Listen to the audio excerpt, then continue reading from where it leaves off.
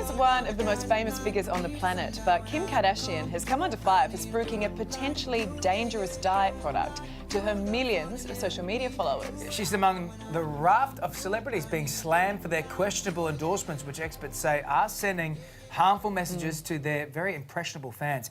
Here to help us with this is dietitian Lindy Cohen. Lindy, so this is Kim, this is a picture of her, and this is a lollipop, which looks like, hey, I like lollipops too. But this is an appetite-suppressing lollipop. Allegedly. Allegedly. What is in this and what is it safe? Well, is it really safe? Has it even been proven to be helpful? No, it hasn't. So a lot of these products are out there. They're being marketed to people to say this is going to help you suppress your appetite, which means you eat less, which means you may lose weight, even though there is no evidence to back up the fact that any of these stuff works.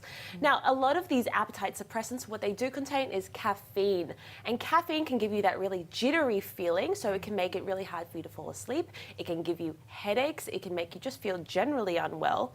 And a lot of these products are linked with some really negative side effects. They contain things like cane sugar, brown rice syrup, saffron extract in some of them. None of those things sound harmful in the singularity of them all, but together and with other things that binding them together, I think is what's the dangerous part. Exactly, and it's very much the dose. You're having too much of anything. We know that's not good for us. You know, and anytime you're getting a product that says this is a detox product, I want alarm bells to go off in your brain, because honestly, your body detoxes itself. You're going to eat more of the healthy stuff.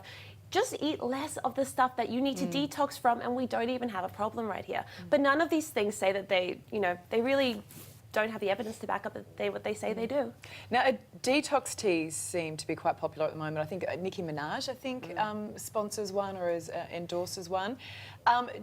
Do they work? Is there anything good about them? Well, these celebrities get paid a lot of money to post a photo of themselves on Instagram or social media saying that they have these things. And they have a lot of influence and a lot of clout. No, there isn't any evidence. Actually, when I was very young, I was probably 12, 13 when I started having these laxative teas. And they make I'm assuming that does what it says in the packet. It's exactly what it does.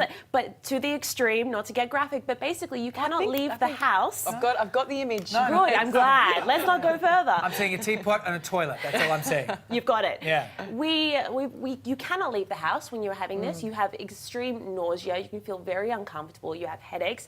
You have low energy. You get dehydrated. The list of symptoms is really strong. And sleeping is really hard because you've got so much caffeine running through your body to suppress your appetite.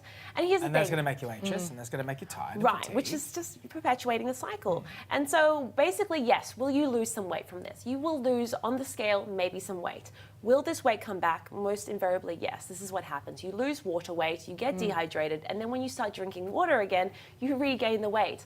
This is not a sustainable way to lose weight, and we have these really major stars who are getting paid a lot of money to promote these harmful products to vulnerable people like teenagers. What about meal replacement shakes? I know that Jenner, Kardashian clan promote those too, but they're actually out there a lot. A lot of these sort of, you can slim down with a meal replacement shake. Or, I mean, I use protein shakes in the morning anyway, but I don't use it necessarily to replace a meal all day. Totally, and I think when it comes to losing weight, you have to ask yourself, can I maintain this for the rest of my life? Do you want to have a meal replacement shake instead of eating for the rest of your life? People think, all right, well, I'll just transition to a healthy lifestyle afterwards. What always ends up happening is you regain the weight that you've lost because you're no longer doing the thing that lost the weight for you. So just being realistic, meal replacements can be okay. I would never recommend them personally. I don't like the side effects already. But I mean, what about their responsibility to their followers, the likes of the Kardashians, who, as you mentioned, have millions... Responsibility to their followers, that's But they do, don't they? Ali. I think so. And don't they have enough money? Or do they need to get more money to promote more products? I mean, how many millions of dollars do you really need before you actually get a little bit of... apparently. Tens.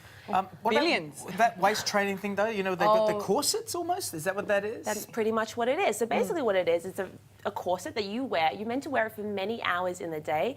And what it can do is it basically compresses your waist in. It can lead to abrasion, so you can get like cuts on your body. It's incredibly uncomfortable. You can only eat so much before you get quite sick. And then what happens is you can get indigestion and gastric reflux because the acids are coming back up your esophagus from being compressed. This is not the way it's that a hard we... no, is what you're saying on all these things. Yeah, let me, like, for the avoidance of doubt, none of this stuff is anything that I would recommend or a GP would ever recommend. So please, if you can, avoid it. Thanks, Lindy. Thank you.